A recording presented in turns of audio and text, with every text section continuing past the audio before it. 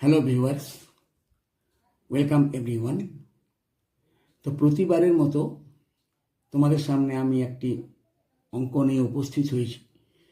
অঙ্কটি অবশ্যই তোমরা দেখতেই পাচ্ছ স্ক্রিনে, এবং এই অঙ্কটি হচ্ছে শতকরা বিষয়ের উপর। ঠিক আছে? তো শতকরা বিষয়ের উপর অনেক প্রকারের অঙ্ক থাকে, কিন্তু সেগুলির মধ্যে কিন্তু এটিও একটি ইম্পর্টেন্ট অঙ্ক, যেটি প্রায় প্রতি পরীক্ষাতে এসে থাকে। এমনকি বিভিন্ন প্রকার যে চাকরির পরীক্ষাগুলো হয় সেগুলোতেও এই ধরনের অঙ্ক এসে থাকে। তাই যারা স্কুলে পড়াশোনা করছো বা যারা বিভিন্ন চাকরির পরীক্ষার জন্য প্রস্তুতি নিচ্ছ, তোমাদের সবার জন্য এই অঙ্কটি খুব ইম্পর্ট্যান্ট, খুব গুরুত্বপূর্ণ। তাই তোমাদেরকে বলছি, তোমরা অঙ্কটি বেশ মন দিয়ে শোনো এবং বোঝার চেষ্টা করো। আমিও যথাসাধ্য চেষ্টা করছি, আমার যতটা আমি পাচ্ছি সহজ সরলভাবে বোঝানোর চেষ্টা করছি। ঠিক আছে? তাহলে অঙ্কটি শুরু করা যাক। তবে অঙ্কটি শুরু করার আগে অঙ্কটি আমি পড়ে শোনাচ্ছি, তোমরা পড়ে নাও আমার সঙ্গে সঙ্গে। যে চিনির দাম 20% বেড়ে যাওয়ায় এক পরিবার চিনি বাবদ মাসিক খরচ অপরিবর্তিত রাখতে চিনির ব্যবহার কমিয়ে দিলেন। ওই পরিবারকে, এখানে মিস্টেক আছে, টাইপ মিস্টেক, ওই পরিবারকে চিনির ব্যবহার শতকরা কত কমাতে হলো। এখন এই যে সমস্যাটা, এই সমস্যাটাকে আমি খুব সহজ সরলভাবে তোমাদের সামনে উপস্থাপন করার জন্য একটি গল্পের সাহায্য নিচ্ছি। সেই গল্পটি সাধারণ পরিবারের গল্প। সেই গল্পটি হচ্ছে কীরকম, ধরো একটা পরিবার আছে, সেই পরিবারে নিশ্চয়ই একজন কর্তা আছেন। তো কর্তা চাকরি করেন এবং তিনি সব খরচটাই মেনটেন করেন। তো হঠাৎ তিনি জানতে পারলেন যে চিনির দাম 20% বেড়ে গেছে। 20% বেড়ে গেছে।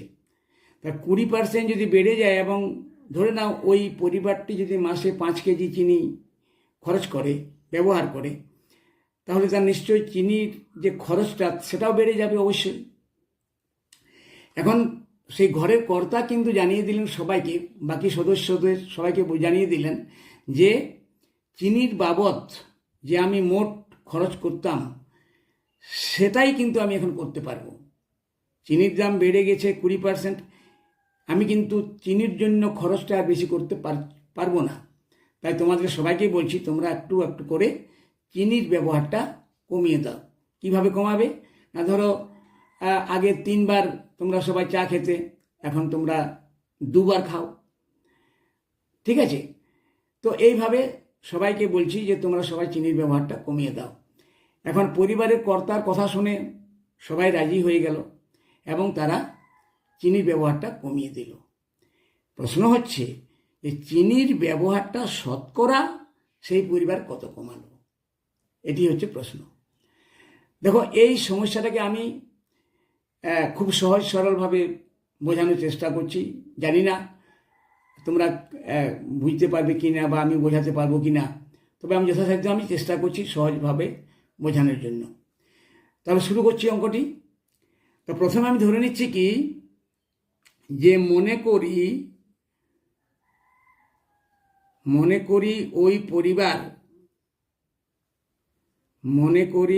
ওই পরিবার প্রতি মাসে, মানে মাসিক, তার মানে প্রতি মাসে চিনির ব্যবহার করত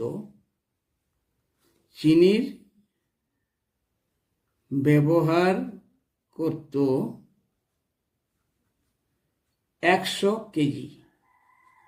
আমি 100 কেজি চিনি একটা পরিবার মাসে নিশ্চয় ব্যবহার করে না, কিন্তু অঙ্কটি বোঝানোর জন্য আমি ধরে নিলাম যে প্রতি মাসে চিনির ব্যবহার করত 100 কেজি, এবং তার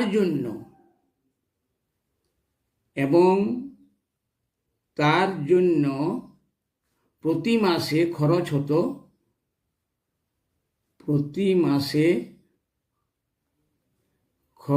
হতো 100 টাকা। মানে দুটোকেই আমরা 100 ধরে নিলাম। চিনির ব্যবহারটা 100 কেজি এককে, আর মোট খরচ হতো 100 টাকা, টাকা এককে। আশা করি বুঝতে পারছ। এখন প্রশ্ন হচ্ছে যে চিনির দাম তো 20% বেড়ে গেছে, 20% বেড়ে গেছে। তাহলে 20% বেড়ে যাওয়ার অর্থ কি না, আগে যদি দাম 100 টাকা ছিল তাহলে এখন সেটা বেড়ে হয়ে গেছে 120 টাকা। তাহলে এই আগে আর পরে একটা ছক করে নাও, যে আগে আর পরে, অর্থাৎ আগে যদি দাম ছিল 100 টাকা, যে চিনির দাম 100 টাকা, সেই চিনির দাম 100 কিন্তু হয়ে গেছে, এখন হয়ে গেছে 120 টাকা। এটাই এর অর্থ। চিনির দাম 20% বেড়ে যাওয়ার অর্থই হচ্ছে যে আগে যদি দাম ছিল 100 টাকা, তাহলে এখন সেটা বেড়ে হয়েছে 120 টাকা। এখন প্রশ্ন হচ্ছে যে এখন তো 120 টাকা তিনি খরচ করতে অপারগ, তিনি তো করবেন না। তিনি কত খরচ করবেন? তিনি আগেই জানিয়ে দিয়েছেন যে আমি প্রতি মাসে খরচ করতাম 100 টাকা, আমি কিন্তু এখনও ওই 100 টাকাই খরচ করব। তাহলে প্রশ্নটা কি দাঁড়ালো না, প্রশ্নটা দাঁড়ালো যে এখন 100 টাকায় যতটা পরিমাণ চিনি পাওয়া যাবে, 100 টাকায় যতটা পরিমাণ চিনি পাওয়া যাবে, সেই ততটা পরিমাণেই ওই পরিবার চিনি খরচ করবে। ঠিক আছে? তাহলে প্রশ্ন হচ্ছে যে এখন 100 টাকায় কত চিনি পাওয়া যাবে। এখন 120 টাকায় পাওয়া যায় 100 কেজি চিনি, 120 টাকায় পাওয়া যায় 100 কেজি চিনি। তো সেটাই লিখো, ঐকিক নিয়মে করে নাও। এরপর এখন 120 টাকায় পাওয়া যায়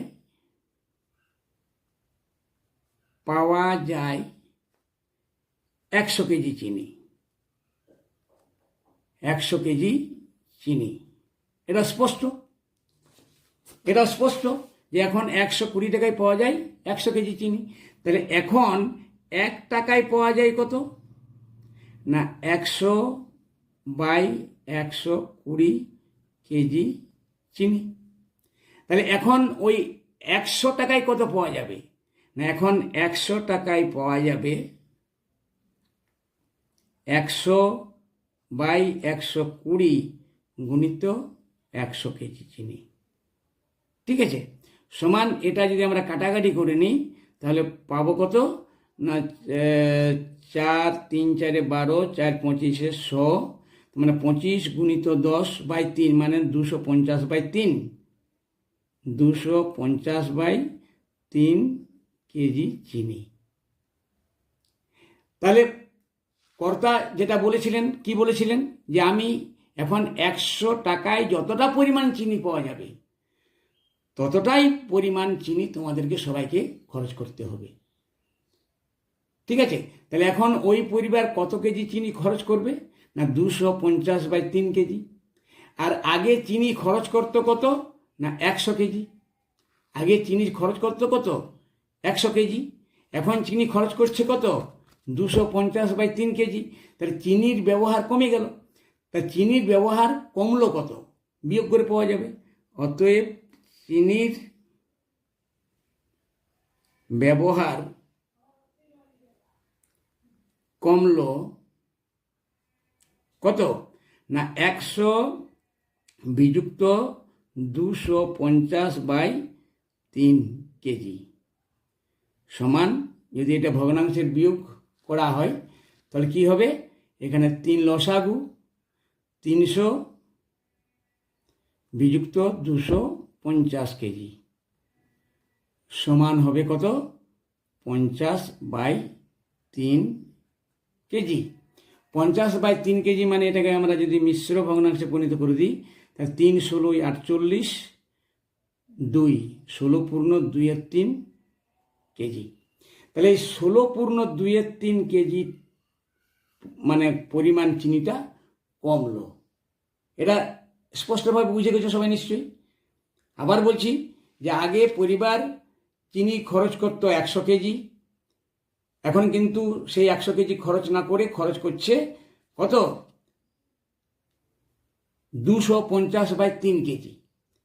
তাহলে আগে খরচ করতো 100 কেজি, এখন খরচ করছে 250/3 কেজি, তাহলে খরচ কমলো। কত কমলো না 300 বিযুক্ত 250/3 কেজি সমান 16.2 কেজি।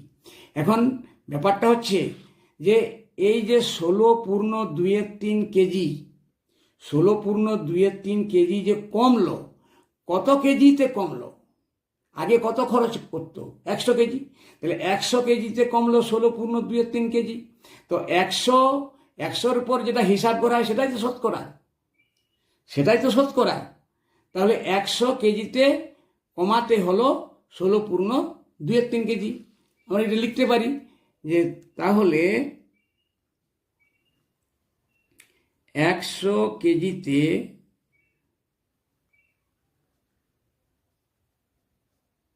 কমাতে হলো কত? 16.2 কেজি। অতএব এটাই শতকরা। 100 কেজিতে যেটা হলো সেটাই শতকরা। তাহলে অতএব আমরা লিখতে পারি এরপর যে চিনির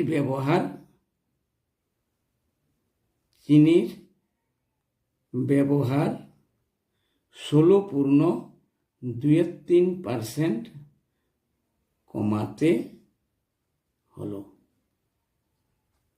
বাস হয়ে গেল। আশা করি তোমরা সবাই বেশ ভালোভাবেই বুঝেছ। এবং তবু বলছি, যদি তোমাদের কোথাও কোনো অসুবিধা হয়েছে বুঝতে, তাহলে তোমরা আমাকে কমেন্ট বক্সে জানাবে। আমি আবারও এই সমস্ত অঙ্কগুলি আরও যতটা সম্ভব আরও সহজ সরলভাবে বোঝানোর চেষ্টা করব। তো আজকে আমি এই অঙ্কটি করেই তোমাদের কাছ থেকে বিদায় নিচ্ছি। বিদায় নেওয়ার সময় তোমাদেরকে বলছি যে আমি প্রায়ই এই ধরনের অঙ্ক আমি ভিডিওতে আপলোড করে থাকি আমার চ্যানেলে। এবং এই চ্যানেলের সবকটি অঙ্ক, সমস্ত অঙ্ক, সব রকমের অঙ্ক তোমরা যদি পেতে চাও, তাহলে আমার চ্যানেলটিকে তোমরা সাবস্ক্রাইব করে রাখবে, যাতে তোমরা সবার আগে সেই ভিডিওগুলো পেতে পারো। ঠিক আছে? তাহলে আজকে এখানে শেষ করছি। পরে দেখা হবে অন্য ভিডিওতে।